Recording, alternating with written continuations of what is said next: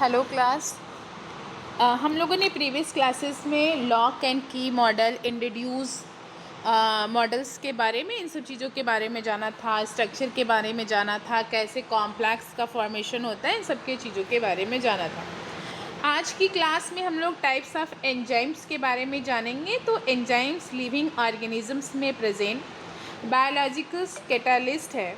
ये biochemicals reaction की speeds को इंक्रीज करते हैं, लेकिन रिएक्शंस के इनमें खुद को परमानेंटली चेंज या फिर कंज्यूम्स नहीं करते हैं। बॉडी में ऑलमोस्ट हर एक इम्पॉर्टेंट मेटाबॉलिक प्रोसेस, जैसे डाइजेशन हो गया, एनर्जी प्रोडक्शंस हुआ, डीएनए की सिंथेसिस हुई, या फिर रिस्पायरेशंस हुआ, या फिर डिटॉक्सिफिकेशन हुआ, सब कुछ में एंजाइम्स जो है वो हेल्प करता है। तो अब हम लोग जानेंगे क्लासिफिकेशन ऑफ एंजाइम्स। एंजाइम्स जो है वो मेनली क्या करता है, रिएक्शंस जो होती है हमारी टाइप्स ऑफ रिएक्शन के अकॉर्डिंग इसको क्लासीफाई किया गया है। इंटरनेशनल क्लासिफिकेशन सिस्टम में एंजाइम्स को 4 मेजर क्लासेस में डिवाइड किया गया, जिसमें है हमारा oxidoreductase, transferase, hydrolases, lyases, isomerase, ligases, और आता है हमारा ट्रांसलोकेजेस। ये सब जो है, ये सब हमारे एंजाइम्स कमीशन क्लासिफिकेशन के अकॉर्डिंग इसको क्या किया गया है, डिवाइड्स किया गया है। तो अब हम लोग सबसे पहले जानेंगे ऑक्सीडो रिडक्टेज के बारे में। तो ऑक्सीडो रिडक्टेज वो एंजाइम्स है जो ऑक्सीडेशन रिडक्शन रिएक्शंस के यहाँ पे कैटालिसिस की तरह काम करती है। जैसे रिडॉक्स रिडक्शन सब्सटेंस में क्या होता है, एक सब्सटेंस ऑक्सीडाइज्ड होता है तो इलेक्ट्रॉन या फिर हाइड्रोजन्स लूज करता है, और दूसरा रिडक्टेज होता है जो इलेक्ट्रॉन और हाइड्रोजन्स को गेन करता है। ठीक है, जैसे मैं मान लो कि एक सिंपल सा एग्जांपल्स है, मान लो ए और बी है। तो मान लो ए ऑक्सीडाइज्ड हो रहा है, ऑक्सीडाइज्ड हुआ तो इसने क्या किया, इसने एक इलेक्ट्रॉन को लूज़ किया, और बी का क्या हो रहा है, रिडक्शंस हो रहा है, मतलब उसने क्या किया, एक इलेक्ट्रॉन या फिर हाइड्रोजन्स को गेन किया। तो ऑक्सीडेशन का मतलब है लॉस ऑफ इलेक्ट्रॉन या फिर हाइड्रोजन, और रिडक्शंस का मतलब क्या होता है, gain of electron in the hydrogens. तो एक कुछ क्या इम्पॉर्टेंट है, what is the important of oxidoreductases. तो देखो, ये डीहाइड्रोजिनेज मतलब ये हाइड्रोजन या फिर इलेक्ट्रॉन को एक मॉलिक्यूल से दूसरे मॉलिक्यूल्स तक क्या करता है, ट्रांसफ़र करता है, जिसमें आती है डीहाइड्रोजिनेज, लैक्टेट डीहाइड्रोजिनेज आता है, जो कि लैक्टेट को पायरुवेट्स में कन्वर्ट करता है।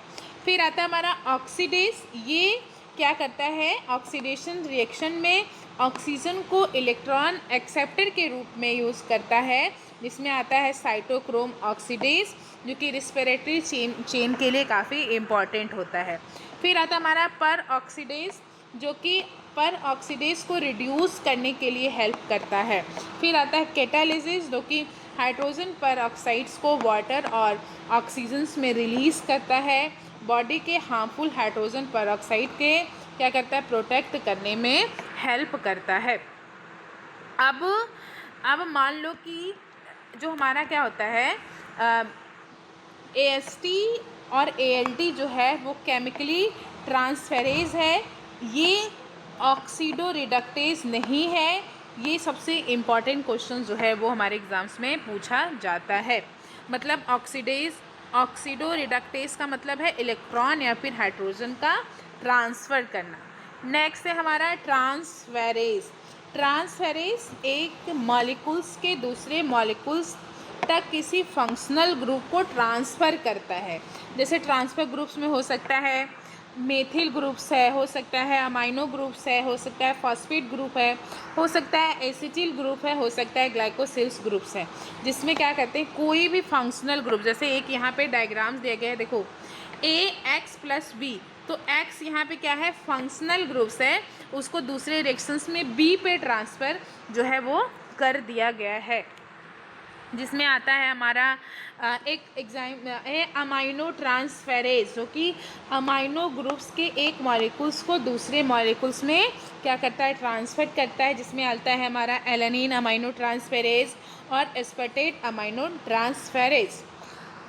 अब एक होता है काइनेज। काइनेज जो है वो फॉस्फेट ग्रुप्स को ट्रांसफ़र करता है जनरली एटीपी के सब्सटेंस पे, जैसे हेक्सोकाइनेज है वो ग्लूकोज और एटीपी के साथ क्या करता है, एक एटीपी को ग्लूकोज के साथ जोड़ के ग्लूकोज 6 फॉस्फेट का फॉर्मेशन करता है और एटीपी जो है वो क्या होती है, रिलीज़ होती है।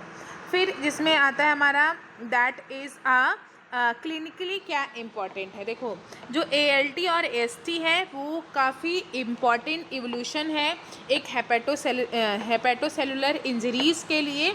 तो ट्रांसफेरेज, ट्रांस का मतलब ट्रांसफ़र ग्रुप्स। अब नेक्स्ट है हमारा हाइड्रोलेसिस।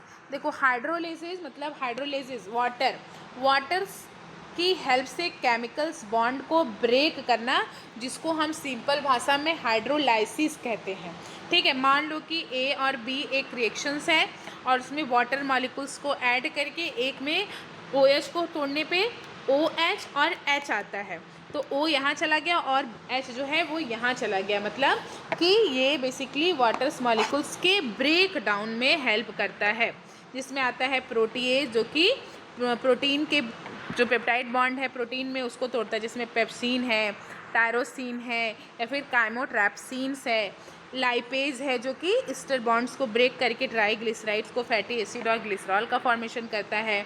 अमाइलेज जो स्टार्च को ब्रेक करके कार्बोहाइड्रेट बनाता है। फॉस्फेटेज जो कि फॉस्फेट ग्रुप्स को हाइड्रोलाइज मतलब रिमूव करता है हाइड्रोलिसिस से, जिसमें ग्लूकोज 6 फॉस्फेट को ग्लूकोज में कन्वर्ट करना।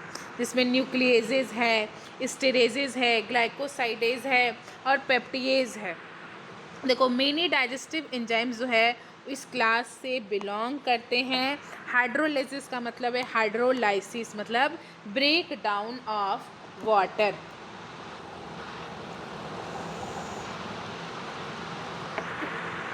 अब हम लोग कुछ डाइजेस्टिव हाइड्रोलाइसिस के बारे में पढ़ेंगे। देखो देखो हमारा जहाँ से लाइक दिस, यहाँ से क्या है हमारा हाइड्रोलाइसिस डाइजेस्टिव हाइड्रोलाइसिस में, जिसमें आएगा हमारा सबसे पहले जो है हमारा अमाइलेज जो कि स्टार्च को स्मॉलर छोटे छोटे कार्बोहाइड्रेट्स में ब्रेक करता है। अमाइलेज कार्बोहाइड्रेट डाइजेशंस में हेल्प करता है, बेसिकली सैलिवरी ग्लैंड्स और अमाइलेज से सिक्रीट होता है। ठीक है, फिर आता है हमारा लाइपेज जो है वो ट्राईग्लिसराइड को फैटी एसिड्स और मोनोसेक्राइड्स में तोड़ता है, जो कि लाइपेज जो है वो फैट डाइजेशंस के लिए काफ़ी इम्पॉर्टेंट होता है। पैनक्रेटिक लाइपेज स्मॉल इंटेस्टाइन में डाइटरी फैट के डाइजेशंस में एक काफ़ी इम्पॉर्टेंट रोल प्ले करता है। फिर आता है हमारा नेक्स्ट है पेप्सिन क्या करता है, पेप्सिन जो है वो हमारे जो स्टमक में प्रोटीन डाइजेशंस में हेल्प करता है। ट्रैप्सिन जो है वो पेनक्रियाज से सिक्रीट होके ट्रैप्सिनोजेन के फॉर्म में आता है और स्मॉल इंटेस्टाइन्स में आके एक्टिव होता है। फिर आता है हमारा एक फॉस्फोफॉस्फेटेज जो कि फॉस्फेट ग्रुप्स को रिमूव करने में हेल्प करता है। ठीक है, अब नेक्स्ट जो है लाइएज जो है वो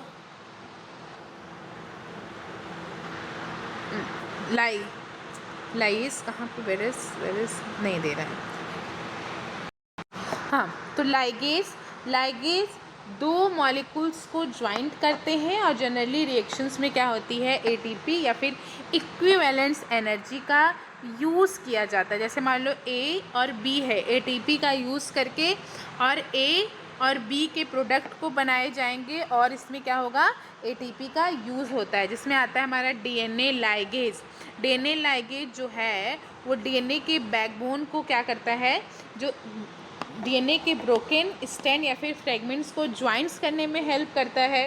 तो लाइगेज क्या करेगा, डीएनए फ्रेगमेंट से ए, मान लो डीएनए फ्रेगमेंट से बी, अब इन दोनों को क्या करेगा, जोड़ेगा। जैसे में डीएनए रेप्लिकेशन है, डीएनए रिपेयरिंग्स है या फिर रिकमेंडेड डीएनए टेक्नोलॉजी है, तो वहाँ पे इसका यूज़ किया जाता है।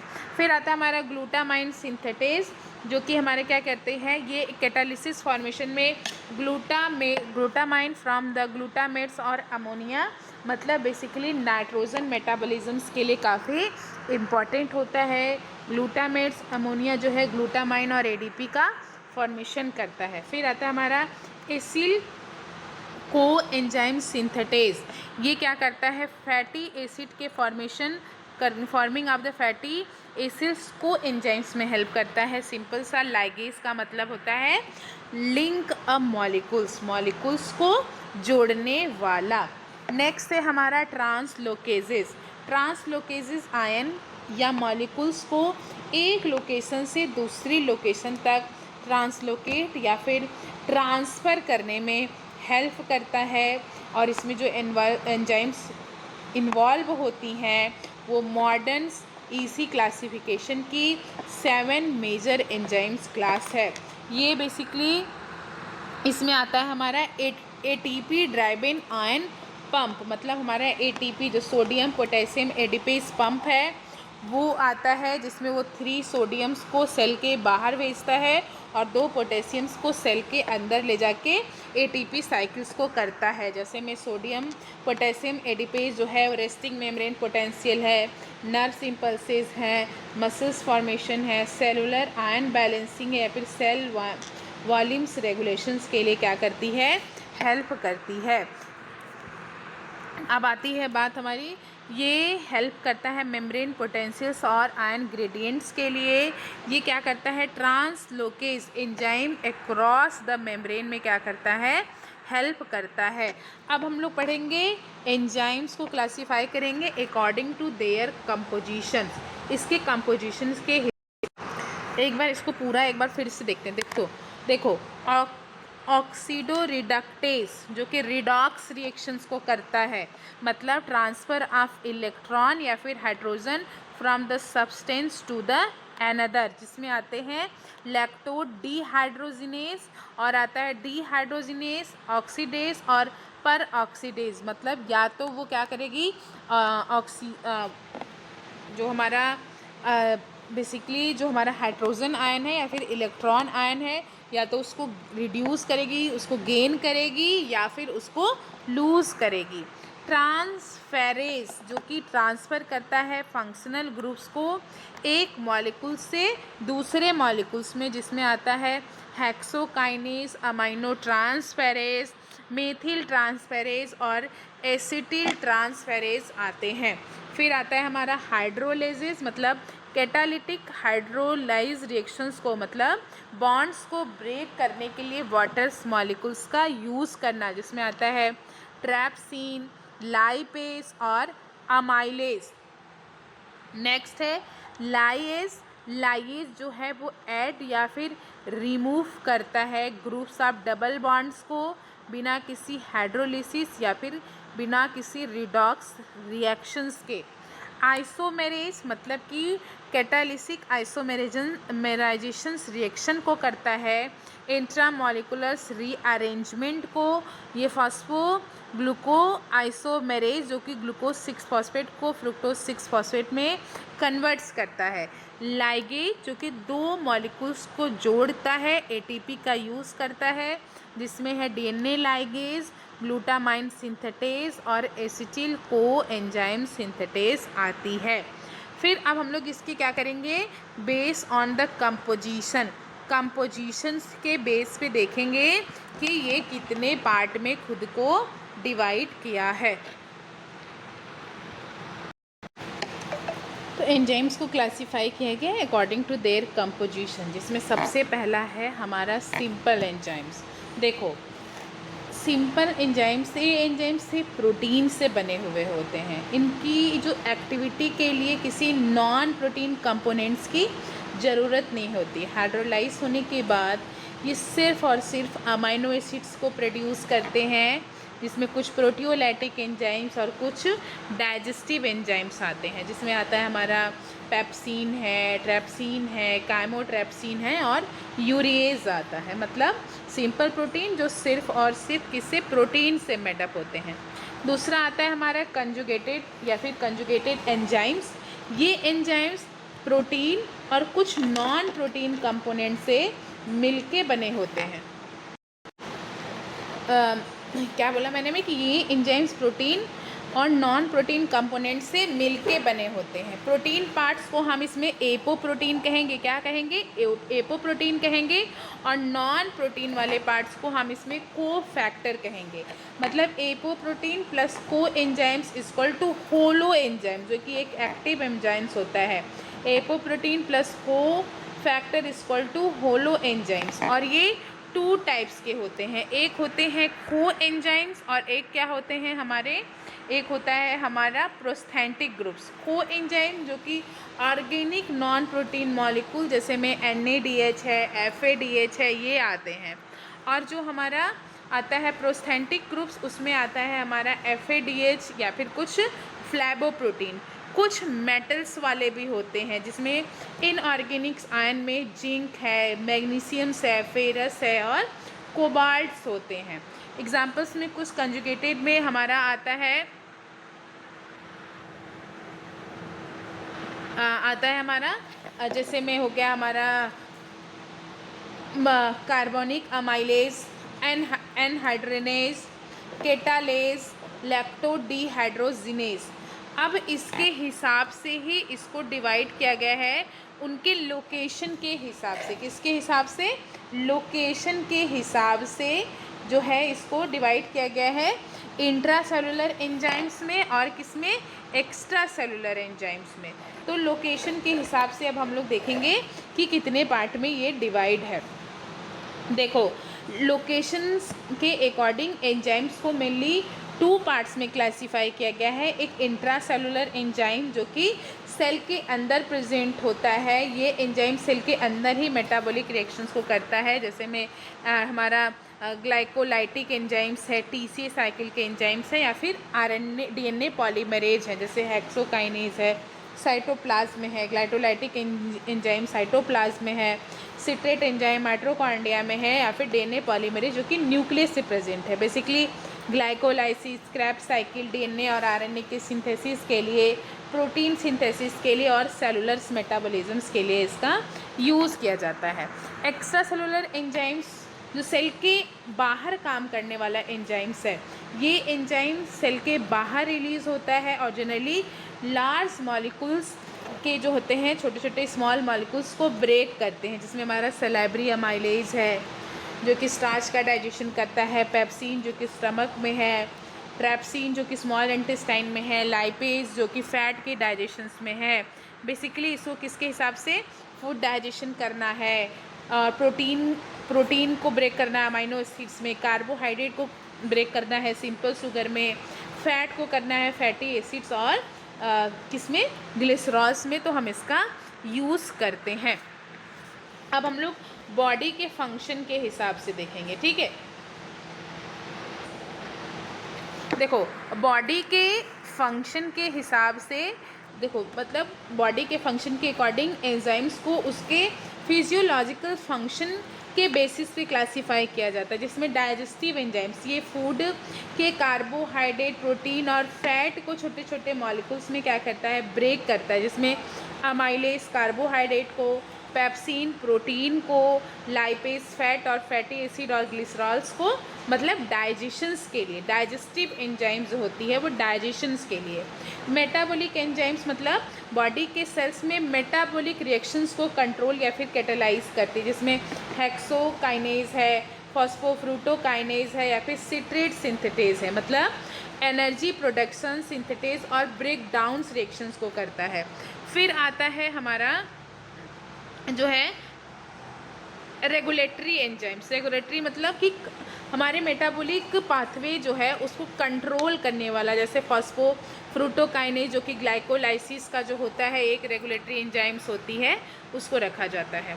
फिर एक आता है हमारा प्रोटेक्टिव या फिर डिफेंसिंग एंजाइम्स। ये बॉडी को हार्मफुल सब्सटेंस या फिर ऑक्सीडेटिव डैमेज से प्रोटेक्ट करने में हेल्प करता है। केटालेज है जैसे हाइड्रोजन पर ऑक्साइड्स को ब्रेक करता है।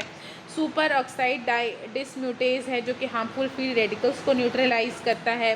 ब्लड क्लॉटिंग एंजाइम्स में आता है हमारा, ये ब्लड कोआगुलेशंस के लिए काफ़ी इंपॉर्टेंट रोल प्ले करता है। जैसे थ्रोम्बोसिस है, फैक्टर XA है जो ब्लीडिंग को कंट्रोल करने के लिए हेल्प करता है।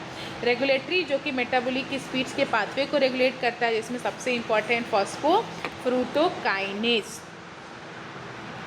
अब हम लोग बात करेंगे फंक्शन ऑफ एंजाइम्स की, कि क्या फंक्शन होता है एंजाइम्स का। आई होप आप लोगों को टाइप्स समझ में आया हो। देखो, फंक्शन ऑफ एंजाइम्स का मतलब हुआ कि एंजाइम्स बॉडी के बायोलॉजिकल्स कैटालिसिस होते हैं। ये केमिकल्स रिएक्शन के स्पीड्स को तो इंक्रीज़ करते हैं बिना खुद को परमानेंटली कंज्यूम्स किए हुए। तो डाइजेशंस के लिए एंजाइम्स जो है वो फूड को स्मॉल्स और छोटे छोटे मॉलिक्यूल्स में ब्रेक करता है, जिसमें अमाइलेज है, पेप्सिन है, लाइपेज है। एनर्जी प्रोडक्शन करना, एंजाइम्स कार्बोहाइड्रेट, फैट या फिर किसी भी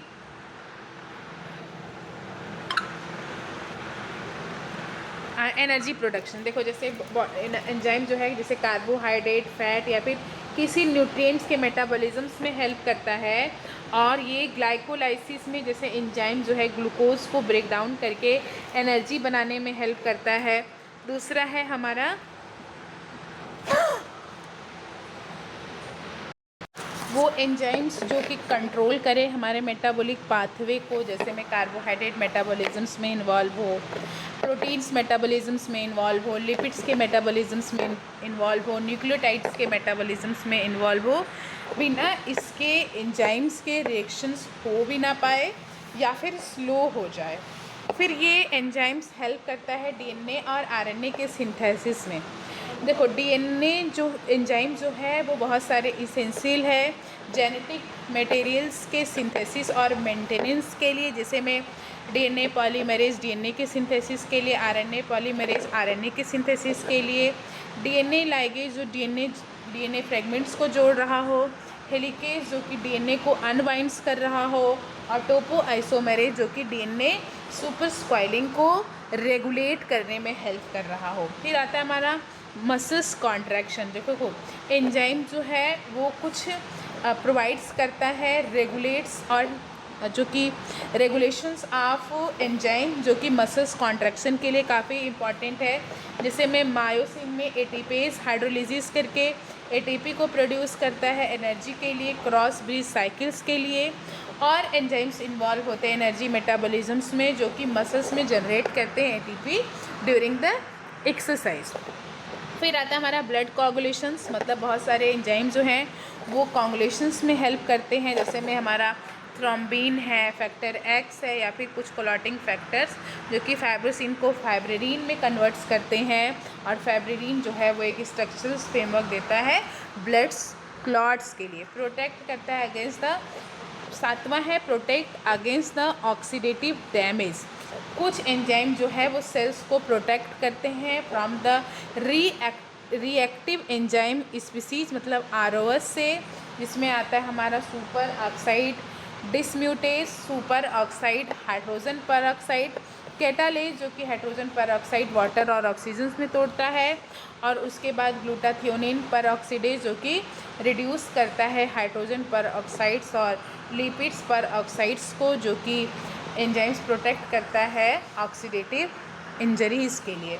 डिटॉक्सिफिकेशन, मतलब लीवर जो है उसमें बहुत सारे एंजाइम्स कंटेन होते हैं जो मेटाबॉलिज्म्स और डिटॉक्सिफिकेशन ऑफ ड्रग्स है, अल्कोहल है, टॉक्सिन और इन्वायरमेंटल केमिकल्स के लिए काफ़ी इम्पॉर्टेंट होते हैं, जो कि एक इम्पॉर्टेंट ग्रुप से जिसका नाम है साइटोक्रोम्स P450 एंजाइम सिस्टम, जो कि मॉडिफाई करता है बहुत सारे ड्रग्स को और बहुत सारे फॉरेन कंपाउंड्स को। फिर आता है हमारा रेगुलेट इन मेटाबॉलिक पाथवे। एंजाइम जो है वो रेगुलेट करती है speed of the biochemicals enzymes, जो जिसको हम रेट लिमिटिंग एंजाइम्स के नाम से जानते हैं, क्योंकि ये स्ट्रांगली इन्फ्लुएंस करती है overall rate of the metabolic pathway में, जिसमें आता है हमारा PFK1 जो कि ग्लाइकोलाइसिस में है, एसिटिल को एंजाइम्स कार्बोक्सिलेज जो कि फैटी एसिड के सिंथेसिस में, HMG को एंजाइम रिडक्टेज जो कि हमारे कोलेस्ट्रॉल के सिंथेसिस में है। तो उसमें है हमारा कुछ एग्जांपल्स दिए गए हैं जो कि हमारे influence rate of metabolic pathway को इन्फ्लुएंस करता है, जिसमें हमारा फॉस्फोफ्रूटोकाइनेज 1 जो कि ग्लाइकोलाइसिस को रेट लिमिटिंग है, एसिटिल को एंजाइम्स कार्बोक्सिलेज जो कि फैटी एसिड के सिंथेसिस के लिए है, HMG को एंजाइम रिडक्टेज जो कि कोलेस्ट्रॉल के सिंथेसिस के लिए है। अब हम लोग कुछ क्या करेंगे, कल की क्लास में क्लिनिकल्स जो है डायग्नोस्टिक के बारे में पढ़ेंगे। क्लिनिकली हम जानेंगे कि क्लिनिकली क्या क्लिनिकल बायोकेमिस्ट्री में हमारे एंजाइम्स का क्या रोल है। तो आज की क्लास में यहीं पे एंड करती हूँ। Next day with the next topic.